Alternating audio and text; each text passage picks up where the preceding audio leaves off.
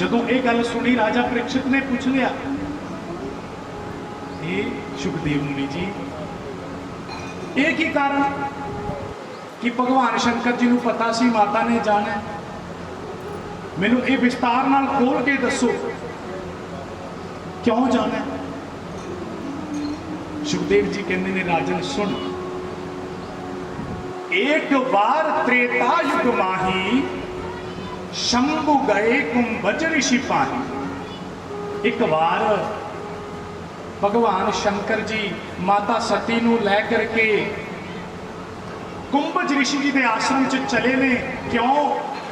क्योंकि राम कथा सुनना चाहते हैं। राम कथा सुनने के वास्ते माता सती नू लै करके भगवान शंकर जी त्रेता युग के विच कुंभज ऋषि जी के आश्रम च गए। और तुलसीदास जी ने अगे की लिखिया, संग सती जग जननी भवानी पूजे मुनि अखिलेश्वर जानी। संग में भगवान शंकर जी के संग कौन है? सती जग जननी भवानी। मुनि ने उठ करके कहते पूजन करता भगवान शंकर जी का। हे शंकर भगवान जी, अहो भाग्य तुसी मेरे घर च आए, चरण पाए, मैं आप जी का वंदन करदा, राम राम करदा, नमस्कार करदा। परंतु कहते माता सती के मन के विच ये गल आ गई कि कैसा वक्त है ये कैसा वक्त है जो श्रोता की पूजा कर रहे हैं, वो सानू कैसी कथा सुनाओ। परंतु भगवान शंकर समझ गए कि ऋषि साडा सत्कार कर रहे हैं।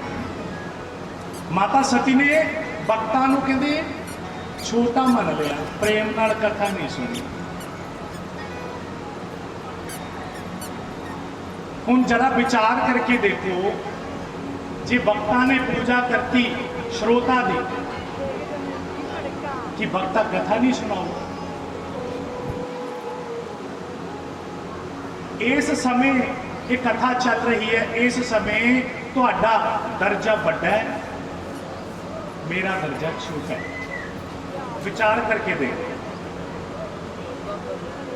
जिहड़ा जमीन ते बैठदा है उहनूं की कहंदे ने? जमीन ते जो बैठदा है, जिहदी जमीन है उहनूं की कहा गया? जिमीदार। तुसीं कौन होए? जिमीदार। जिहड़ा रखवाली करदा है, चौकी ते बैठदा है, उहनूं की कहंदे ने? चौकीदार। हुण ये दसो भी चौकीदार वड्डा है कि जिमीदार वड्डा है? जिमीदार वड्डा। असीं अज इत्थे बैठे हाँ, कल नूं किते होर। ठीक है, पहला फर्क। दूजा फर्क देखो, मान लो असी तकड़ी ले ली, वो दोनों पलड़ियां वाली, तोलन वाली। पलड़ा केड़ा चुकूगा? जिधर वजन ज्यादा हो, जिस वजन नहीं होगा वो तो उपरे जाना है।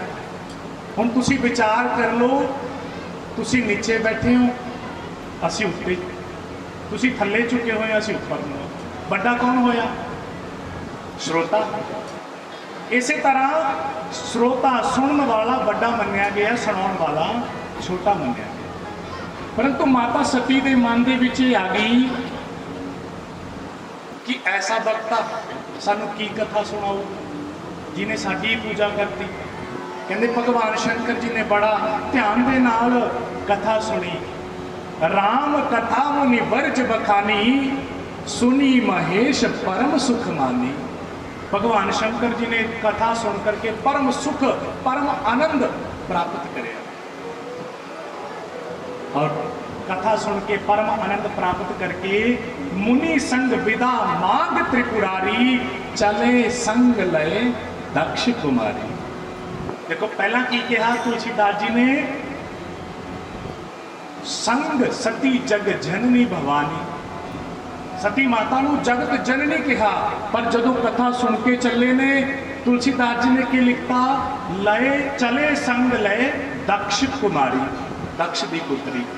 क्यों कहा? क्योंकि माता सती ने कथा नहीं सुनी। दक्ष कुमारी कहा, पहला माता सती जग जननी भवानी कहा और उसके बाद दक्ष कुमारी बोलता। हुण कहते चल पे भगवान जी आकाश मार्ग तो और देखते ने कि नीचे पृथ्वी ते मेरे राम भगवान जी सीता मैया नूं लभ रहे हैं, सीता मैया नूं लभ रहे हैं।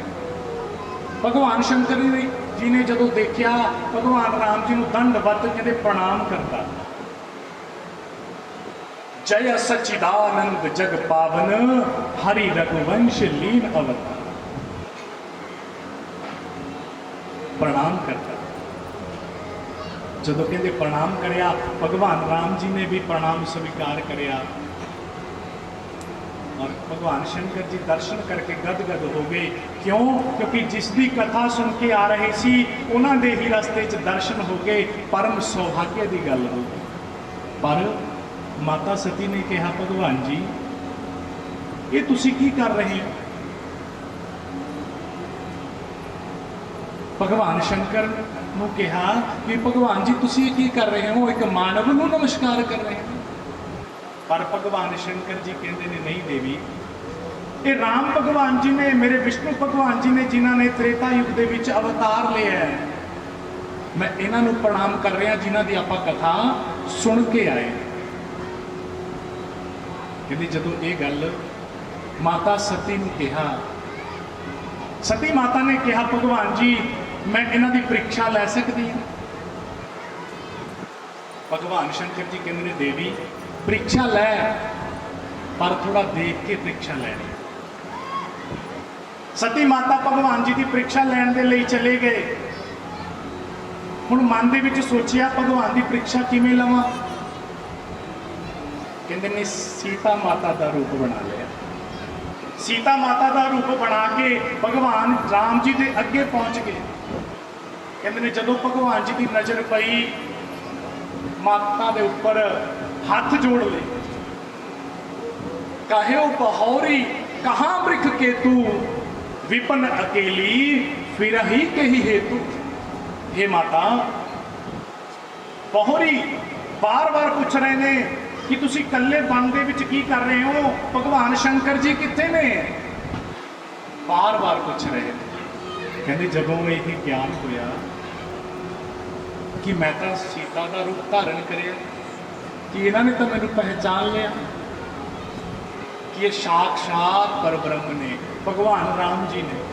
कहते भगवान राम जी ने फिर अपना कौतुक दिखाता, जिधर नूं माता सती जाती है भगवान जी उधरों ही आ रहे होंगे ने।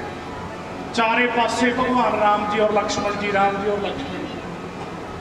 कहते माता सती घबरा गई और दौड़े पहुंचे भगवान शंकर जी के कोले।